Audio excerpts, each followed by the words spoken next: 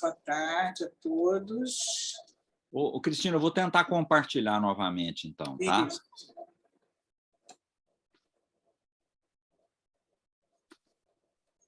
Deu certo? Deu certo. Agora bota em modo apresentação. Isso. Foi. Boa tarde a todos. Nós estamos hoje aqui com o professor Mário Saad, intensamente esperado pela boa parte do pessoal que assiste nossos seminários. E o professor Mário Saad é conhecido, dispensa apresentações, mas vou falar um pouquinho aqui. Professor titular da Faculdade de Ciências Médicas da Unicamp, né? Professor é médico, fez o seu pós-doutorado médico pela USP, do Triângulo Mineiro, fez clínica médica na USP, pós-doutorado em Harvard. Pesquisador no CNPq, membro da ABC, e recebeu várias comendas do médio científico, o médio científico da Presidência da República. Isso em outras épocas, né, Mário? 2008, né? Não foi agora, não, né? Não, agora não, agora tem que negar. Foi complicado. É. Bom, o professor Mário tem um conhecido laboratório de pesquisa em obesidade e diabetes e trabalhando com mecanismos moleculares de resistência à insulina, com várias publicações que eu tenho certeza que vários de vocês conhecem e ansiosamente esperam sempre um novo paper do Mário, né? Mário, muito obrigado por você ter aceitado o nosso convite e você pode começar a falar no momento que você quiser. Tá bom. Em primeiro lugar, eu agradeço o convite. Para mim foi uma honra. Fazia muito tempo que eu não encontrava meus amigos aí. Muito bom rever o Jorge, o Egberto, a Cristina e todo o pessoal aí da UERJ. Sempre um prazer.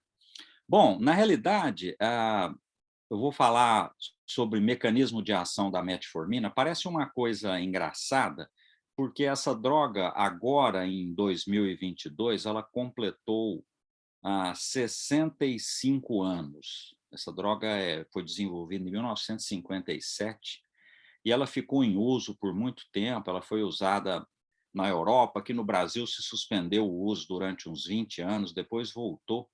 E ela, nos últimos 20 anos, ela é a droga de escolha para tratar o diabetes. Por incrível que pareça, a gente foca no mecanismo de ação dela de uma maneira meio atabalhoada aí.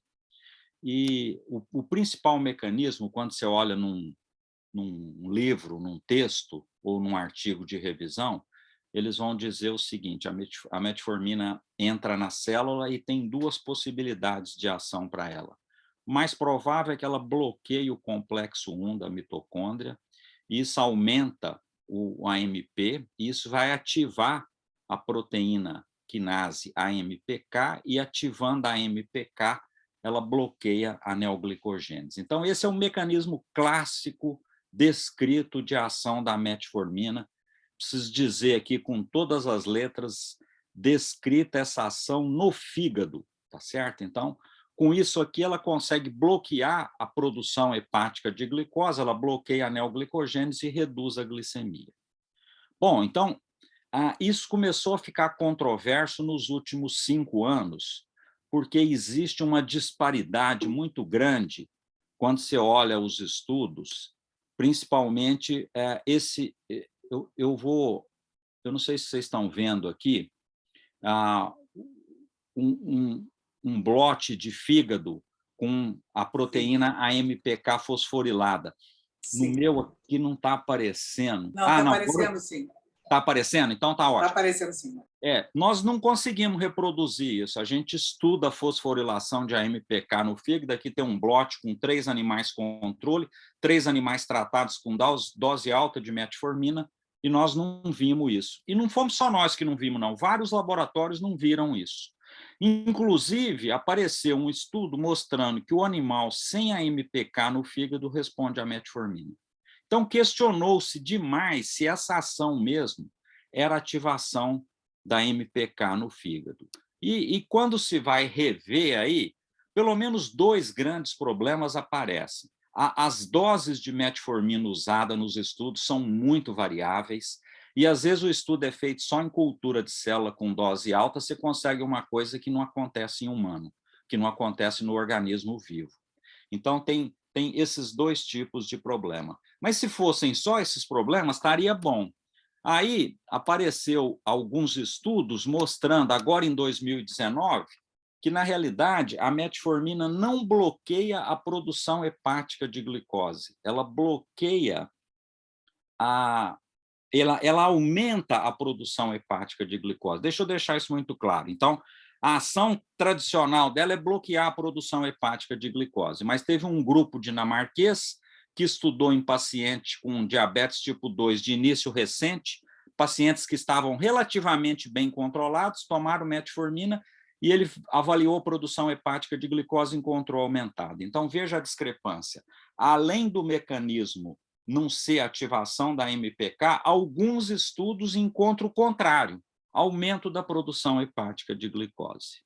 Bom, nós tivemos uma sorte porque a gente fazia estudo aqui do tecido adiposo marrom, e para estudar o tecido adiposo marrom, a gente precisa do PET-CT.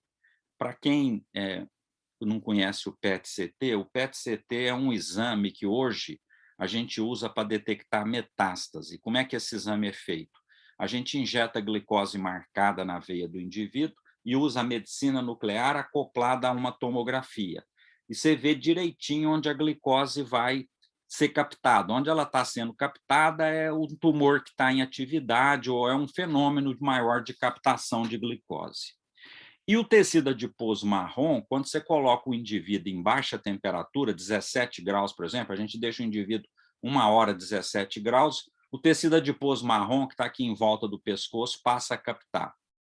Bom, nós fizemos, o estudo nosso era junto com o Lício, para a gente estudar a captação no tecido adiposo marrom antes e depois da cirurgia bariátrica. Então, nós fomos estudar, eu já adianto que não deu muito certo. Não é que não deu muito certo, o resultado não foi muito bom, mesmo depois da cirurgia.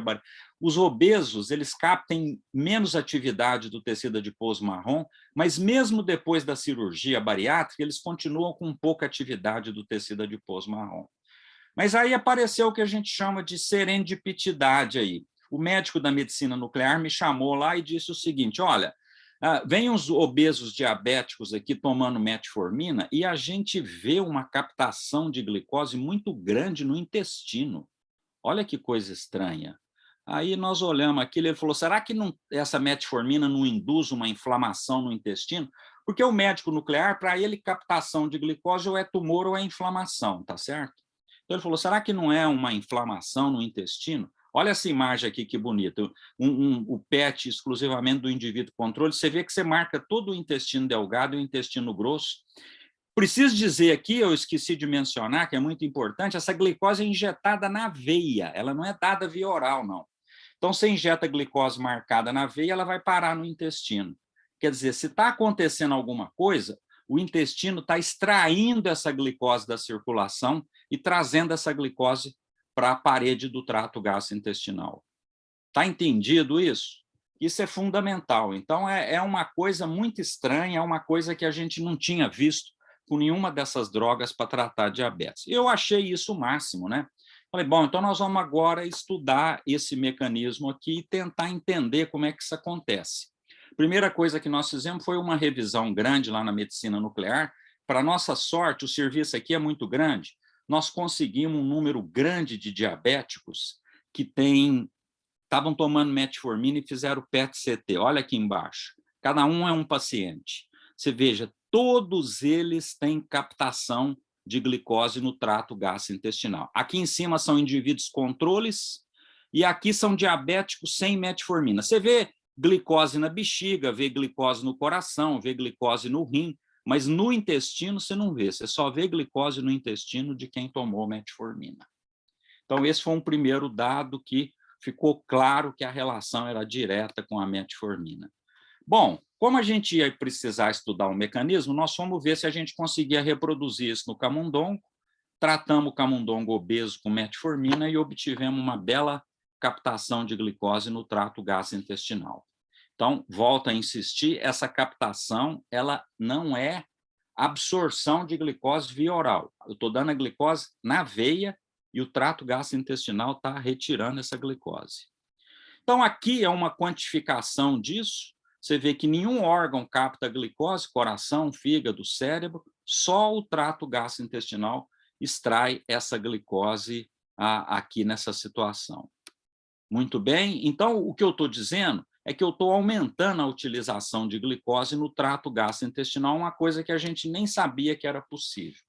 Bom, então vamos entender como é que é a fisiologia da captação de glicose. Quando eu faço, agora eu vou falar de glicose via oral.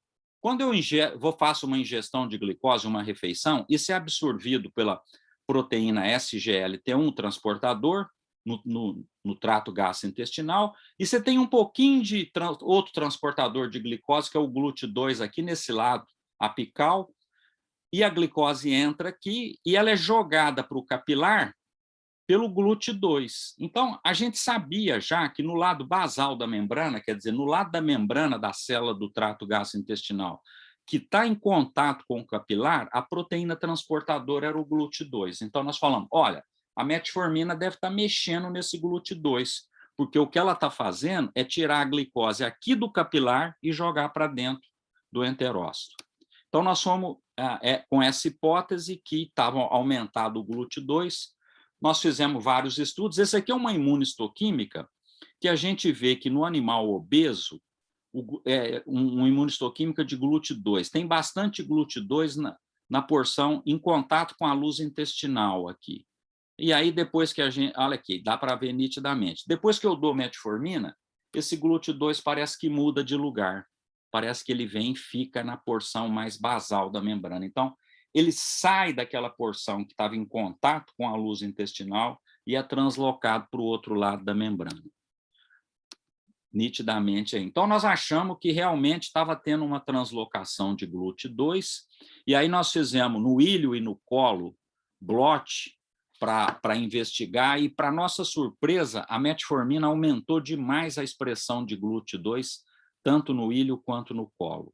E aí nós começamos a fazer experimento em cultura de célula, na célula CACO2, que é do trato gastrointestinal, e fizemos RNAi para bloquear o GLUT2 e bloquear a MPK, e bloqueando o GLUT2 a gente reduz a captação de glicose, e bloqueando a MPK também. Então, pareceu um mecanismo dependente de AMPK, mas não no fígado, aqui no trato gastrointestinal. Então, nós depois fomos investigar, aí sim, no trato gastrointestinal, quando eu dou metformina via oral para o animal, a metformina ativa a MPK, e a MPK aumenta a produção de GLUT2. Então, até aqui estava ficando bacana. Olha, a metformina aumenta a produção de GLUT2 via a MPK, e aumentando o GLUT2, você passa a captar mais glicose, a retirar mais glicose da circulação, e essa glicose é metabolizada no trato gastrointestinal. Até aqui não tem nada a ver com o fígado. Tudo que nós estamos falando é trato gastrointestinal. Bom, o problema é o seguinte, a gente não conseguia bloquear totalmente quando bloqueava o GLUT2. E aí a ideia foi, será que tem algum outro transportador? E para nossa surpresa, tinha. O que acontece é o seguinte, no feto existe outro transportador de glicose, que é o GLUT1. Por que existe o GLUT1 do lado basal da membrana? Porque o feto, enquanto ele está na barriga da mãe, ele não tem alimentação oral naturalmente. Ele precisa extrair alimento para o trato gastrointestinal da circulação. E para extrair alimento da mãe, glicose, para alimentar a célula do trato gastrointestinal, ele expressa o GLUT1. Mas quando ele nasce, ele perde a expressão do GLUT1. O adulto não tem expressão de GLUT1. Para nossa surpresa, nós fomos investigar se o tratamento com metformina aumentava a expressão do GLUT1, aumentou de maneira drástica, tanto no ilho quanto no colo. Então, para nós, ficou claro que tinha um aumento de 2 transportadores de glicose. O GLUT2, que era um processo dependente de AMPK, e o GLUT1 é um processo que ele é secundário a estresse, ao aumento do ATF4, tá certo?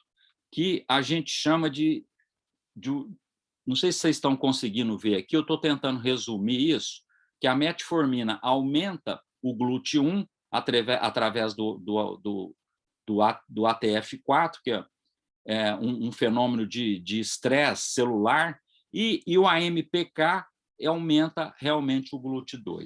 O fato é que esse aumento de captação, nós reproduzimos isso em célula, bloqueando o GLUT1, ele sumiu, bloqueando o GLUT2, ele reduziu. Aqui, eu acho que dá para ver isso, ó, quando eu bloqueio com um RNAi de GLUT1, eu reduzo drasticamente essa captação. Quando eu bloqueio o ATF4, também eu reduzo drasticamente essa captação. Então, eu consigo mostrar que tanto o GLUT1 quanto o GLUT2 são importantes para ter captação gastrointestinal de glicose induzido por metformina, e nunca é demais repetir, é uma captação que eu estou tirando da circulação e trazendo para o trato gastrointestinal. Eu vou chamar isso de captação reversa de glicose, para ficar mais claro. Então, é uma captação reversa de glicose, porque é o contrário do fisiológico. Muito bem. Por que é importante isso? Porque esses dois transportadores, o GLUT1 e o GLUT2, eles têm KM diferente. Por exemplo, o GLUT1 tem um KM que fica entre 5 e 7 milimolar. 5 e 7 milimolar, para a gente passar para uma linguagem mais clínica, é uma glicemia entre 90 e 126 miligramas por decilitro. Então, o KM do GLUT1 está entre 5 e 7 milimolar, ele está aqui nessa faixa de glicemia normal para intolerância à glicose. Olha o GLUT2, o KM dele é muito mais alto, está entre 15 e 20 milimolar. 15 e 20 milimolar em linguagem clínica, 270 a 360 miligramas.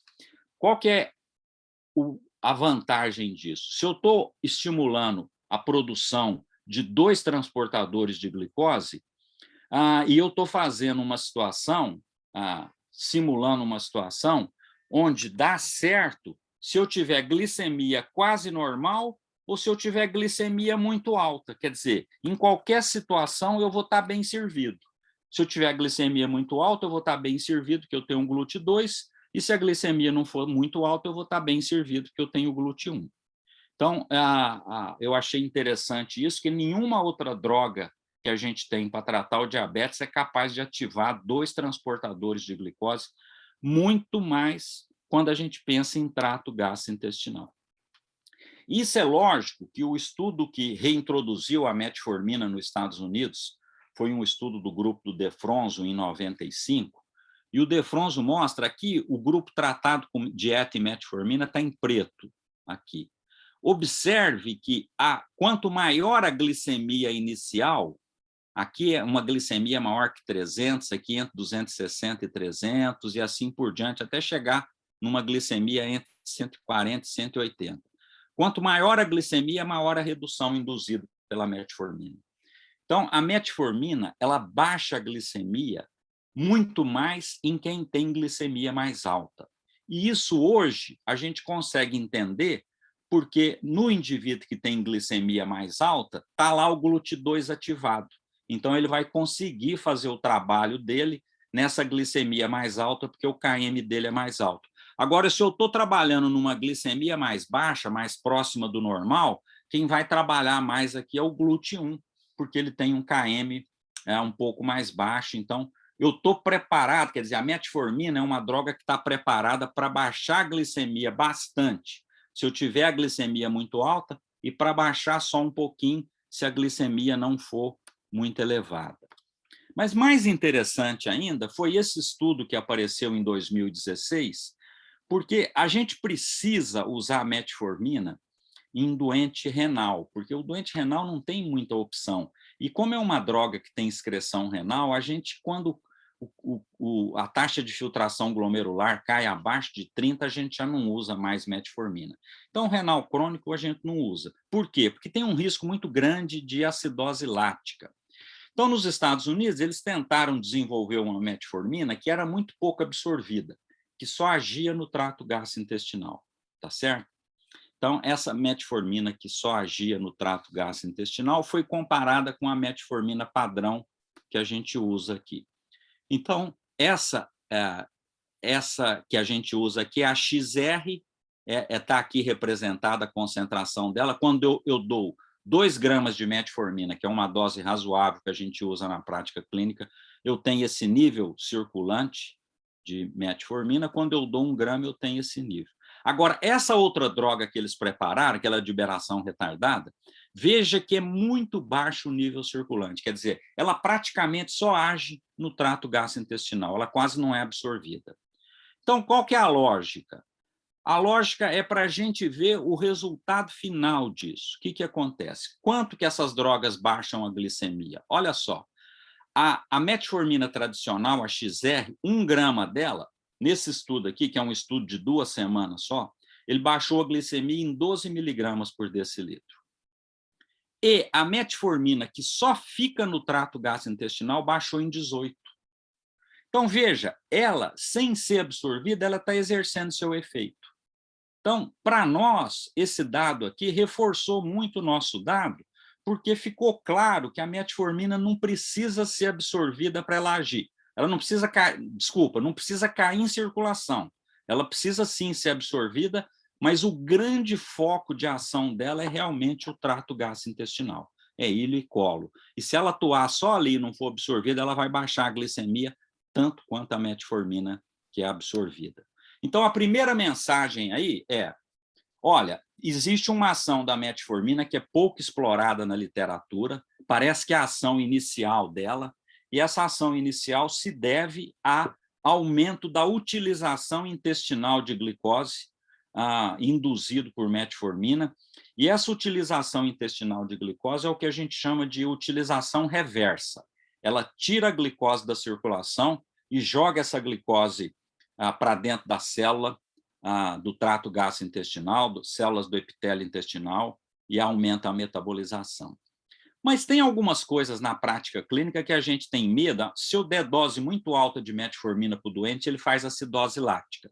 Então, a gente sempre achou que realmente a metformina aumentava a metabolização de glicose de uma maneira anaeróbia.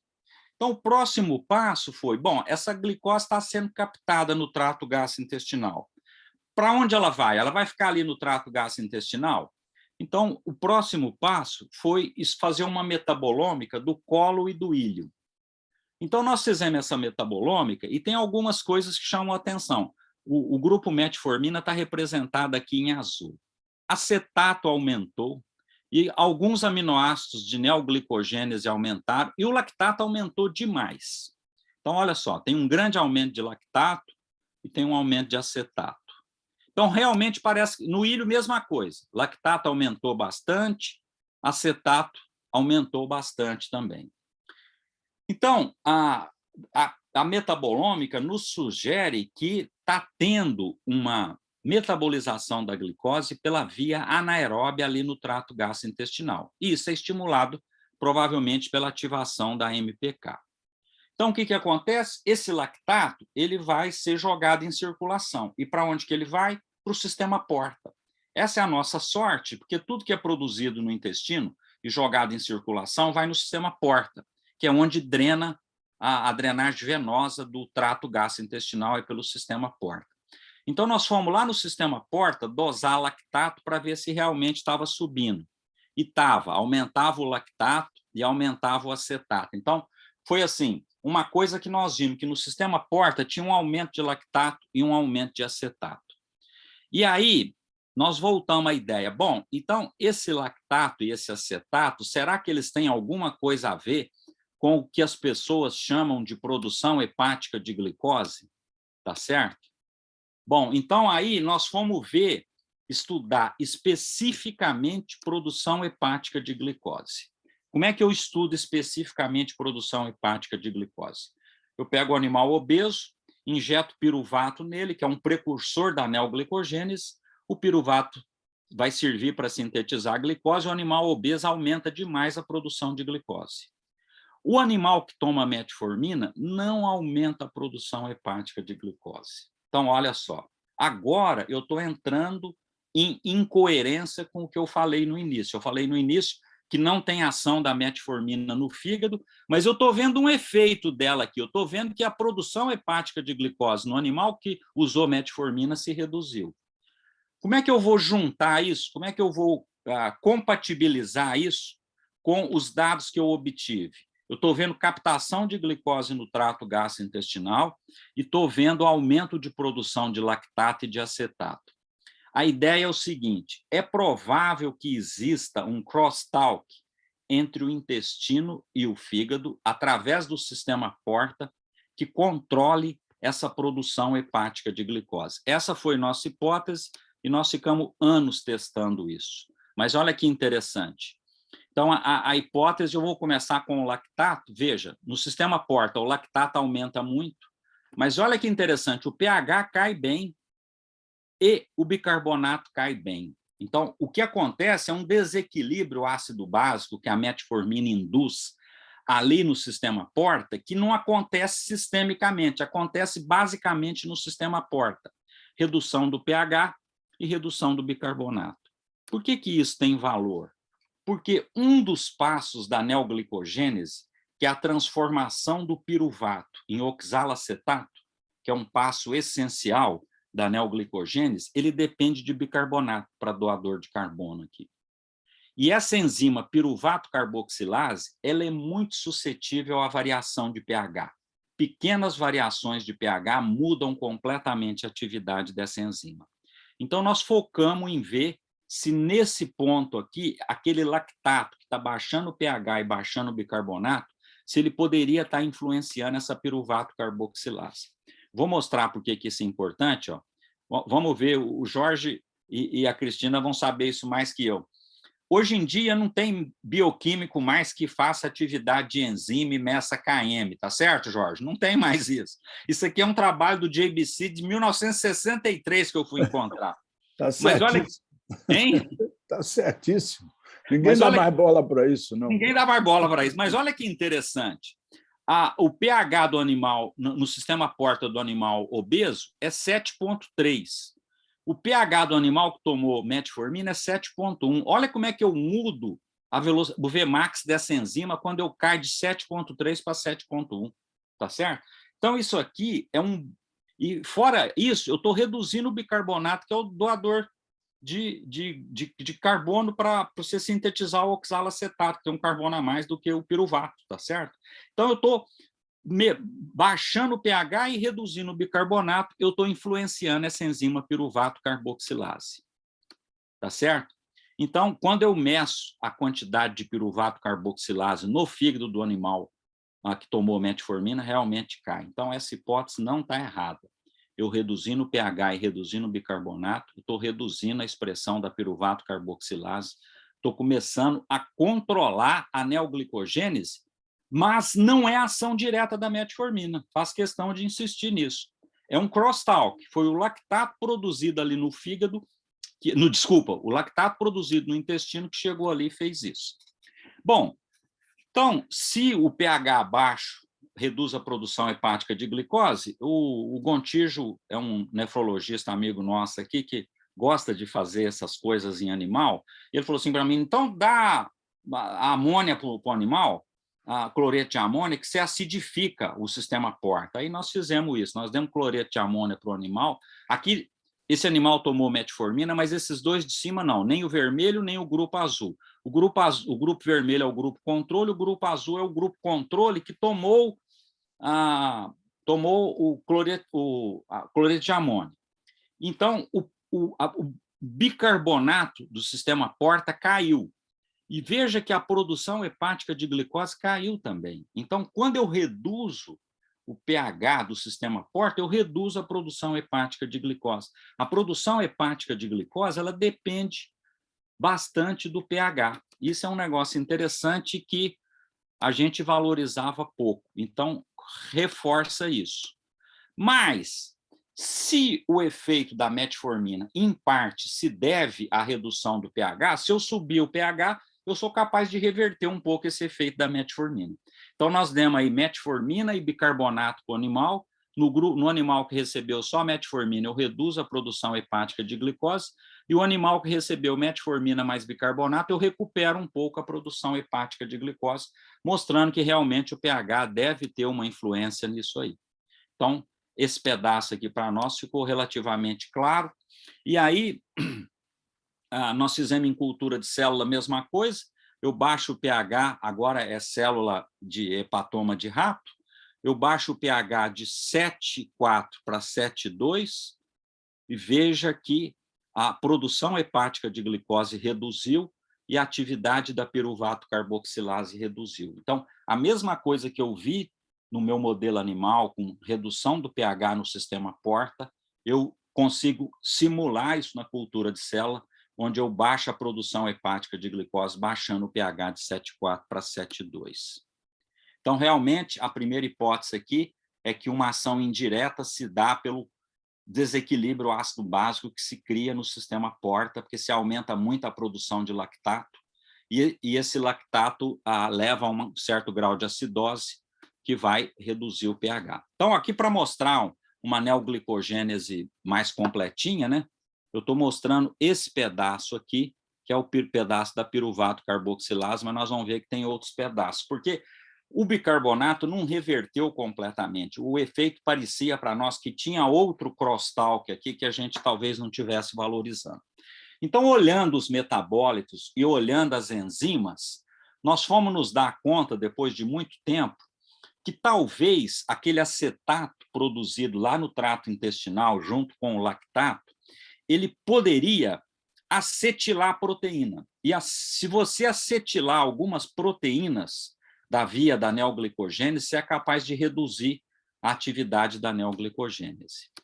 Então, aí, a primeira coisa que nós vimos que poderia ser acetilada é essa proteína aqui, MPC1. É um complexo, MPC1 e MPC2, é uma proteína que, na época minha e do Jorge, praticamente não existia, a gente achava que o piruvato entrava na mitocôndria, mas não sabia quem era o transportador. Hoje a gente sabe que o transportador é esse MPC1. Então, o piruvato entra na mitocôndria transportado por MPC1, e mais interessante, quando eu acetilo o MPC1, eu mato a atividade dele. Então, nós fizemos a seguinte hipótese: será que o acetato está acetilando a MPC1? Quer dizer, o acetato produzido no intestino, ele vem pelo sistema porta, lá no fígado ele vai acetilar o MPC1 e vai reduzir a produção hepática de glicose. Então, o que a gente viu é que realmente, olha, quando eu pego cultura de célula, trato com acetato, eu acetilo a MPC1, isso aqui é uma imunoprecipitação com MPC1 e um blote com acetillisina. Veja que a MPC1, quando eu coloco acetato, ela é acetilada e a expressão dela reduz um pouco. E nessa célula, nessa cultura de célula que eu coloquei acetato, eu reduzo a produção hepática de glicose. Brincar com acetato é brincar com fogo, porque se você mexer com dose alta de acetato, você tem outro efeito, que aí ele vira acetilcoenzima A, é outra conversa, tá certo? Mas se eu usar uma dose baixinha de acetato, você é capaz de fazer acetilação sem interferir nas outras coisas que ele pode fazer. Mas o acetato não é uma coisa que você segue um efeito dose-resposta perfeito aí, porque dependendo da dose que você usa, ele tem um efeito diferente. Mas nós tivemos a sorte de demonstrar que realmente essa acetilação da MPC1 acontece. Nós vimos isso no fígado também, e isso reduz a atividade da MPC1. E se reduzindo a atividade da MPC1, você aumenta, diminui a entrada de piruvato na mitocôndria, então o piruvato não entra na mitocôndria, e o lactato não consegue também entrar, porque isso acaba bloqueando a entrada de lactato, que é transportado o lactato pelo MCT1, que é outra proteína. Então, o bloqueio da MPC1 faz indiretamente um bloqueio da MCT1. Por isso que o lactato que chega ao fígado, ele vai para a circulação, ele não para no fígado para produzir a glicose. Então, nós vimos até aqui dois possíveis mecanismos sugeridos. O primeiro é baixo pH, reduz a atividade da piruvato carboxilase, porque baixa, além do pH, reduz a quantidade de bicarbonato. E uma possível acetilação do MPC1, que também reduz a entrada de piruvato na mitocôndria. Então, agora aqui eu mostro isso em duas etapas. Eu não sei se está dando para ver, mas aqui em cima eu tenho a entrada do piruvato na mitocôndria, isso está bloqueado. e a transformação do piruvato em oxalacetato, que é catalisado pela piruvato carboxilase, está bloqueado. Então, eu estou bloqueando a neoglicogênese aqui nessa fase inicial. Eu estou bloqueando tanto a entrada do piruvato aqui, quanto a conversão do piruvato em oxalacetato. Bom, se essa minha teoria estiver certa, se eu usar algum intermediário daqui, eu não vou bloquear a neoglicogênese, tá certo? E eu tenho um intermediário aqui que eu consigo, que é o gliceraldeído, ou glicerol, tá certo? Então, se eu usar, eu posso injetar glicerol no animal e ver se esse animal vai produzir glicose ou não. Eu espero que ele produza glicose normalmente, mas não é isso que aconteceu, tá certo? Então, nós fizemos o que a gente chama de teste de tolerância ao glicerol e usamos metformina. Então, veja que esse é o animal obeso, eu dou glicerol para ele, ele transforma o glicerol em glicose, sobe a glicemia, mas o animal que recebeu 2 doses de metformina, ele reduz a produção de glicose a partir de glicerol. Deixa eu voltar lá. Então, isso aqui eu mostrei que estava bloqueado, mas tem alguma coisa a mais que não mostrei ainda que está bloqueando por aqui. E aí nós fomos olhar todas essas enzimas, estudar cada uma delas, e a gente viu que essa enzima, a frutose 1,6-bifosfatase, que é a que transforma a frutose 1,6-bifosfato em frutose 6-fosfato, ela pode ser acetilada também. E aí nós fomos estudar se ela era acetilada. Ela realmente, quando eu trato o animal com metformina, ela é acetilada, e essa acetilação aumenta a degradação proteica dela, eu reduzo a quantidade de proteína. Olha o animal que recebeu metformina, como é que é a quantidade de frutose 6-fosfatase, FBP1, que é a frutose 1,6-bifosfatase, reduziu. E na célula, a mesma coisa. Quando eu coloco acetato, eu sou capaz de acetilar essa frutose 1,6-bifosfatase. Então, o que eu estou mostrando é que, realmente, o processo de acetilação da frutose 1,6-bifosfatase ajuda a parar a neoglicogênese. Mas também, aqui no início, eu tenho um bloqueio que vem do bloqueio da MPC1, que eu não deixo o piruvato entrar na mitocôndria, e o pouquinho que entrar não vai funcionar, não vai servir para sintetizar oxalacetato, porque eu estou usando a piruvato, que eu estou bloqueando a piruvato carboxilase. Mas é importante destacar que nada disso parece ação direta da metformina. Eu consigo ver isso em animal e consigo ver isso em célula, que eu só trato com acetato. Eu não uso metformina na célula, eu só uso acetato e eu vejo exatamente esse mesmo fenômeno, indicando que é possível que realmente a acetilação da MPC1 e da frutose 1,6-bifosfatase são etapas que eu consigo bloquear quando eu uso metformina. Volto a insistir, por um crosstalk, pelo acetato que foi produzido no trato gastrointestinal ali. Bom, dito isso, nós fomos tentar entender agora por que aquele estudo que investigou o indivíduo com glicemia quase normal, ao invés de mostrar redução da produção hepática de glicose, mostrou aumento. Bom, aí nós fizemos aqui no laboratório, pedimos uns voluntários para usar. A gente sabe, voluntário em laboratório são sempre os pós-graduandos, né? Então, pegamos os pós-graduandos do laboratório, fizemos o PET-CT neles, demos metformina por 1 semana, repetimos o PET-CT. Todos com glicemia normal, todos democraticamente convidados para o experimento, aceitaram na hora.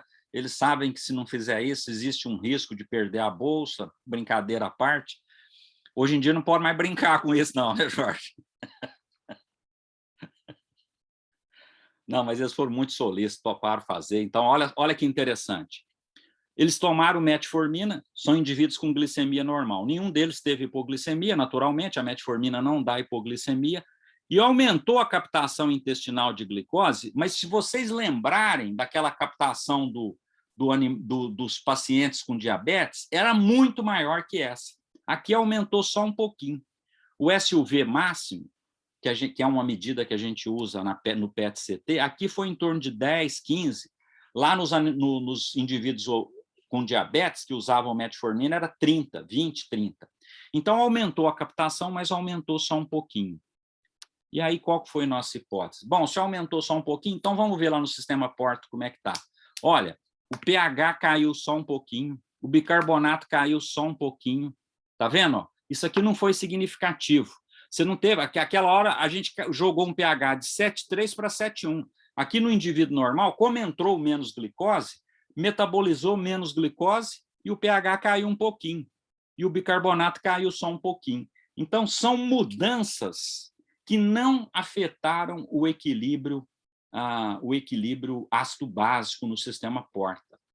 Mas olha que interessante. Esse aumento de captação de glicose no trato gastrointestinal reduziu muito a glicemia na veia porta.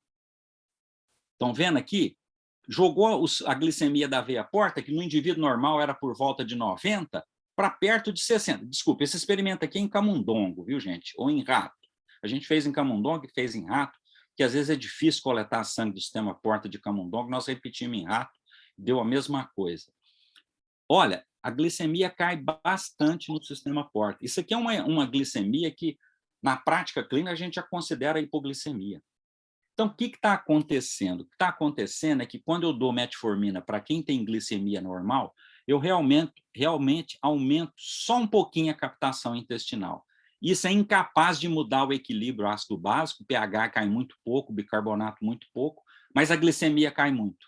E por que o indivíduo não tem hipoglicemia?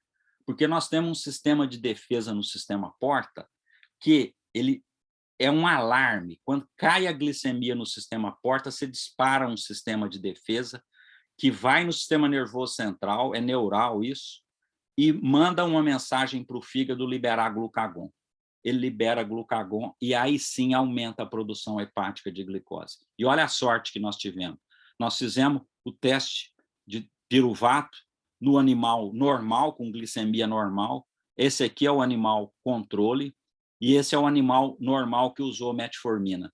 Aumentou a produção hepática de glicose. Veja aqui. Então, o que eu estou dizendo é que quando eu dou metformina para um indivíduo que tem glicemia normal, eu nunca vou reduzir a produção hepática de glicose. O efeito da metformina é aumentar a captação intestinal de glicose. Aumentou a captação intestinal de glicose, eu vou ter dois tipos de resposta.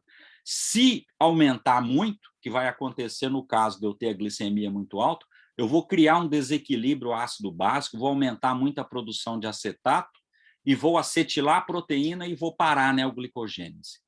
Quando eu não consigo fazer isso, o que acontece é que a redução da glicemia desencadeia uma resposta de defesa que eu aumento a secreção de glucagon e aí eu aumento a produção hepática de glicose ao invés de reduzir.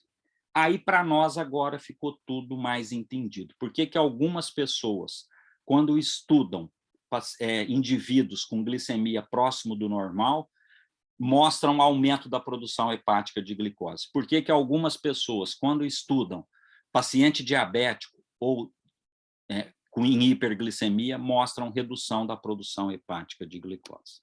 E aí nós vamos para esse esqueminha final aqui. Do lado esquerdo é o que acontece no indivíduo diabético obeso. Eu dou metformina para ele, a glicemia no sangue está elevada, eu tenho uma maior captação de glicose no trato gastrointestinal, isso é estimulado pelo GLUT2 e GLUT1, cada um por mecanismo diferente, dois transportadores de glicose, que vão aumentar a produção de lactato e acetato. Esses, acetato e lactato, como quem drena o trato gastrointestinal é o sistema porta, vão jogar acetato e lactato direto no sistema porta, isso vai para o fígado, isso vai reduzir o pH e o bicarbonato, isso reduz a piruvato carboxilase, reduz a entrada do piruvato na mitocôndria e reduz a frutose 1,6-bisfosfatase. Isso reduz a produção hepática de glicose. Do outro lado, aqui do lado direito agora, quando eu tenho uma glicemia praticamente normal, a entrada de glicose é bem menor, a produção de lactato é bem menor, eu não vou ter grandes aumentos, eu não vou acidificar o sistema porta, mas eu vou reduzir a glicemia. E eu reduzindo a glicemia, eu vou criar um sistema de mecanismo contrarregulatório no sistema nervoso central, que vai aumentar a secreção de glucagon e vai aumentar a produção hepática de glicose. Em resumo, a metformina parece ser uma droga inteligente. Quando você tem a glicemia muito alta, ela baixa a sua glicemia porque ela reduz a produção hepática de glicose. Mas não reduz diretamente, reduz indiretamente pelos metabólitos que ela produz pelo aumento da captação intestinal de glicose. E a gente nunca vê hipoglicemia induzida pela metformina, porque embora você aumente a captação intestinal de glicose, a redução da glicose no sistema porta faz com que você tenha uma resposta sistêmica que aumente a produção hepática de glicose. Então,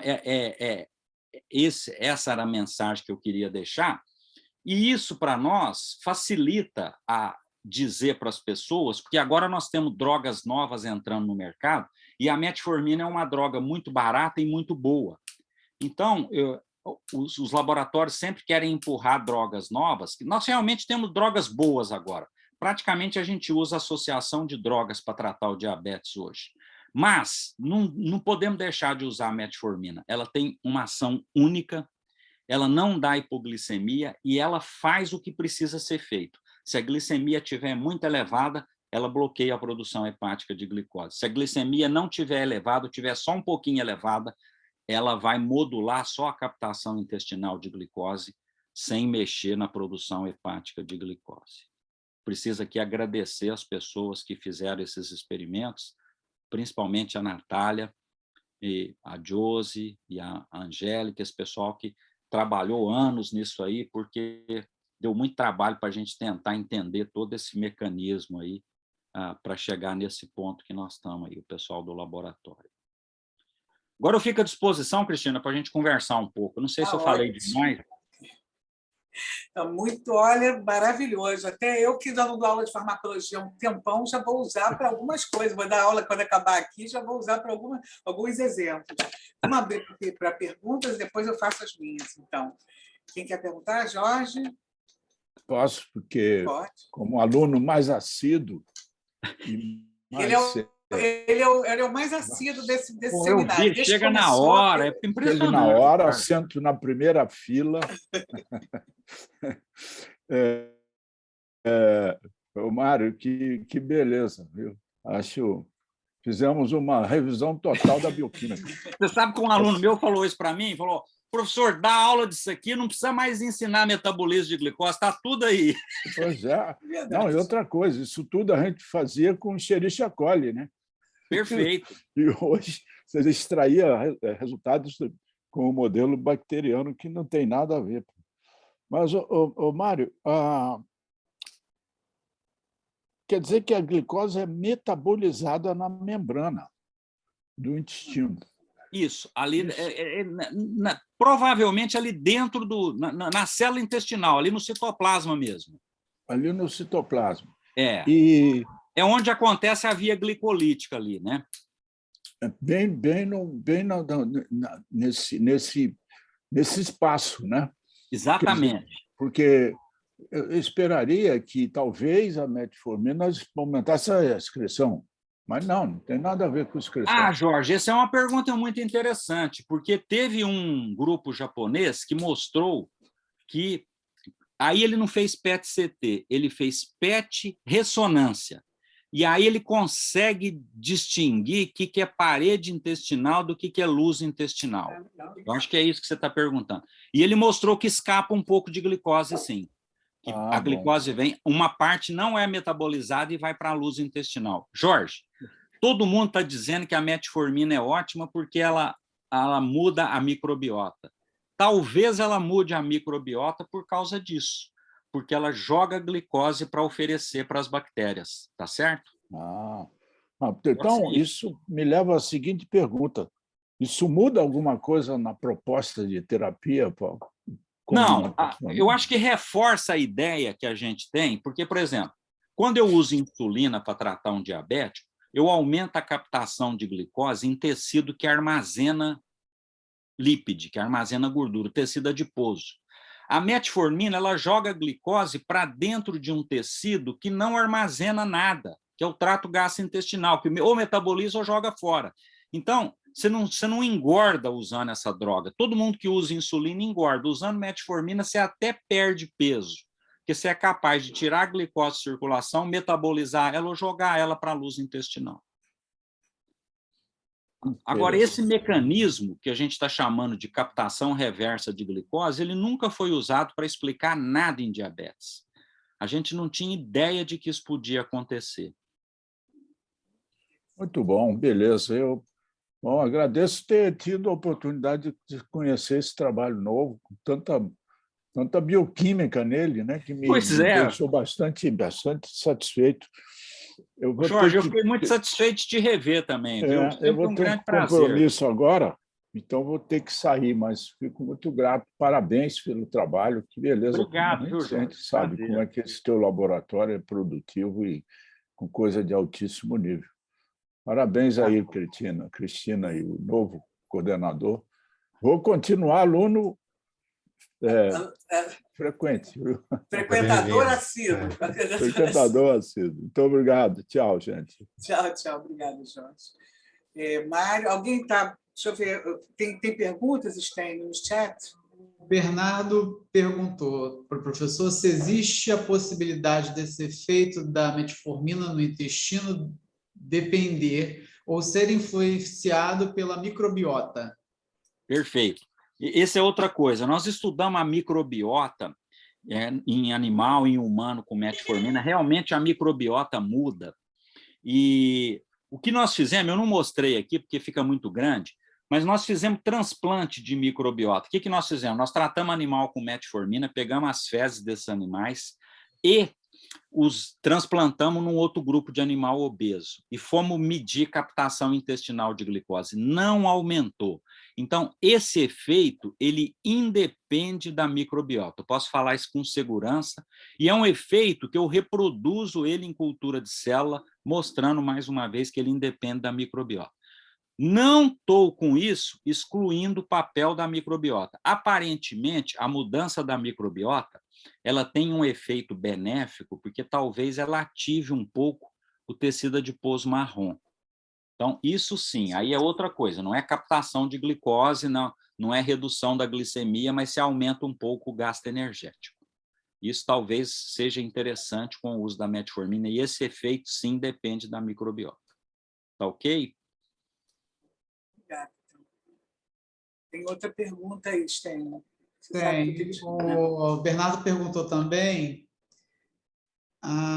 se o efeito da metformina no intestino poderia modificar de alguma forma o tecido adiposo perivascular mesentérico. Não, essa pergunta foi da Ágata. Desculpe.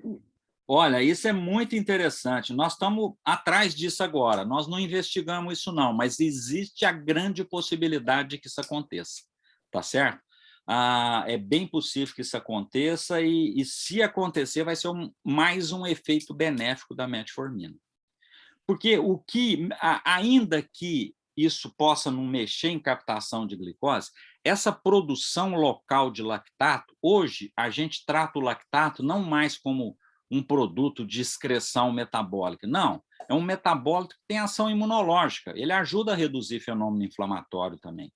Então, eu diria o seguinte, se a gente puder viver com um nível um pouquinho acima de lactato, a gente viveria melhor, mais protegido, protegeria tanto o coração quanto o sistema imunológico. E eu quero crer que esse efeito parácrino deve acontecer ali, mas eu não tenho resposta para isso, não. É só especulação, viu, Arthur?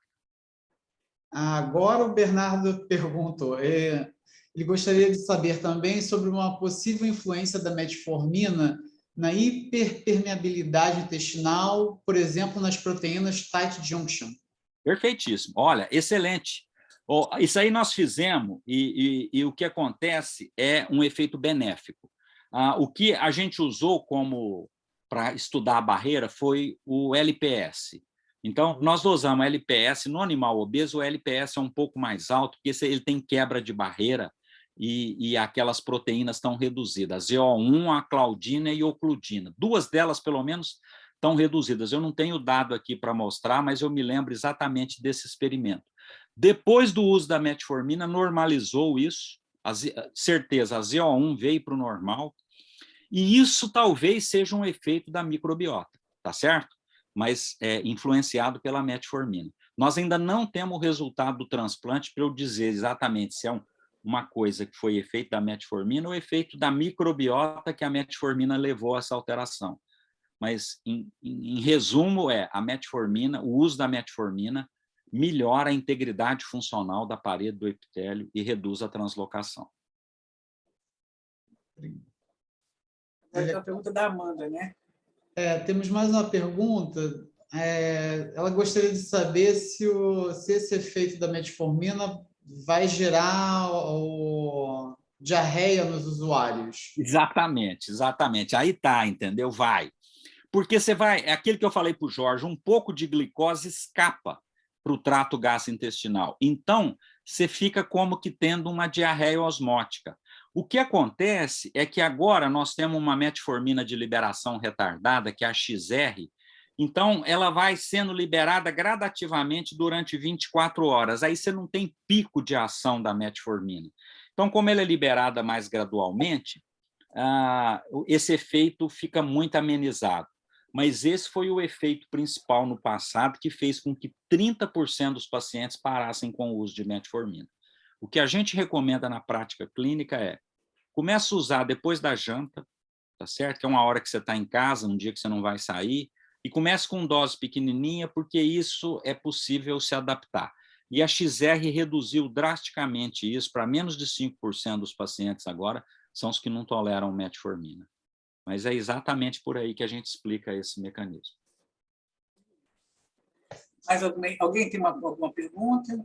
Não tem mãozinha levantada, então eu posso levantar a minha, né? Mário, primeiramente, muito obrigada. Todo mundo está elogiando aqui no chat um trabalho lindo e assim, tão completo que a gente fica fascinado, né? Como todas as suas palestras. Agora, a microbiota já foi falado, eu ia perguntar, porque agora o pessoal está usando metformina para envelhecimento. Perfeito. Quanto tudo isso contribui, né? Olha, aí é o seguinte, eu vi esses resultados em modelo animal e fiquei fascinado, tá certo? Eu acho que a gente vai... É porque os experimentos em humano estão sendo feitos, mas nós vamos demorar muito para saber o resultado.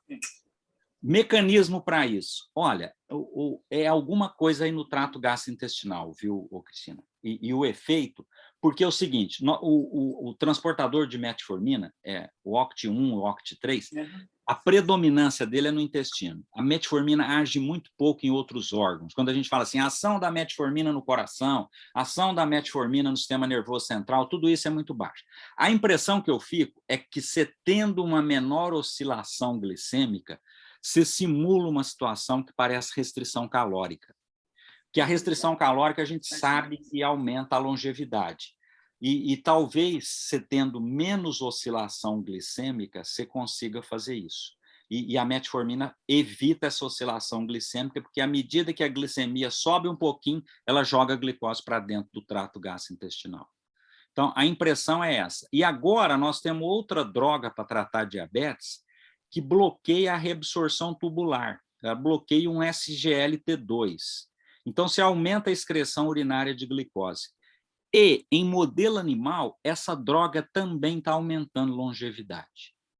E você vê que as duas fazem coisas parecidas, uma no rim joga a glicose para fora, a outra joga a glicose para o intestino, tá certo? Embora metabolize uma parte vai ser perdida. E as duas parece que aumentam a longevidade. Não quero contar para ninguém, não, mas eu estou tomando essas drogas já, viu?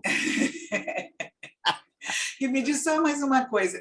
Essa metformina, no indivíduo não obeso, também dá esses efeitos colaterais? Comenta também? Dá.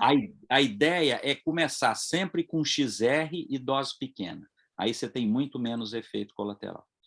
No indivíduo com peso normal, a gente usa muito em moça com ovário policístico, porque reduz a insulina, e o indivíduo que tem só intolerância à glicose é a droga que a gente está autorizado a usar, quem tem glicemia de 110, 115, 108. Às vezes o indivíduo é só um pouquinho obeso, mas com envelhecimento vai subindo, a gente chama de intolerância à glicose ou pré-diabetes. Nesses casos a gente usa.